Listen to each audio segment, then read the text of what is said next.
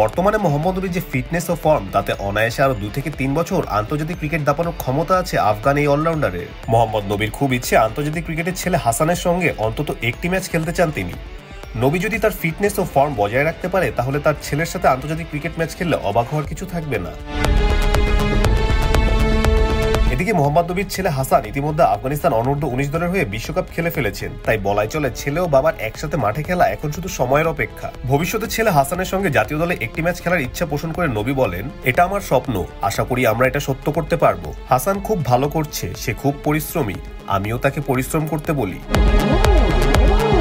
নবী অবশ্য ছেলেকে জাতীয় দল কিংবা কোনো কম্পিটিটিভ ক্রিকেট খেলার জন্য খুব একটা চাপ দেন না, চেষ্টা করেন ছেলেকে যথাযথ পরামর্শ দেওয়ার। মোহাম্মদ নবী এই ব্যাপারে আরো বলেন, আমি চাই সে নিজে তার লক্ষ্য ঠিক করুক। যদি সে শীর্ষ পর্যায়ে ক্রিকেটার হতে চায় 50-60 রান যথেষ্ট নয়, আপনাকে 100-র বেশি রান করতে হবে। সে আমার কথা শুনে ও নিজেকে সবসময় এগিয়ে নিতে চায়। যখন আমার সঙ্গে কথা বলে আমি তাকে ম্যাচের জন্য আত্মবিশ্বাস দেবে এমন পরামর্শই দিই।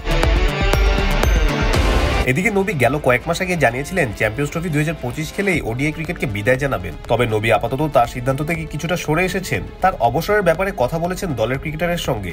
নবী তার অবসর প্রসঙ্গ নিয়ে আরো জানান, এটা হয়তো আমার শেষ আন্তর্জাতিক ওয়ানডে নয়, হয়তো কম ওয়ানডে খেলবো ও তরুণদের সুযোগ করে দিব।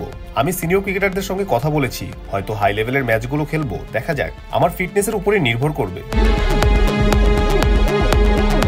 তবে সবশেষ নবী এও জানিয়েছেন আন্তর্জাতিক ক্যারিয়ারে আর যতগুলোই ম্যাচ খেলেন না কেন তার মধ্যে অন্তত একটি ম্যাচ নিজের ছেলে হাসানের সঙ্গে মাঠে নামতে চান তিনি।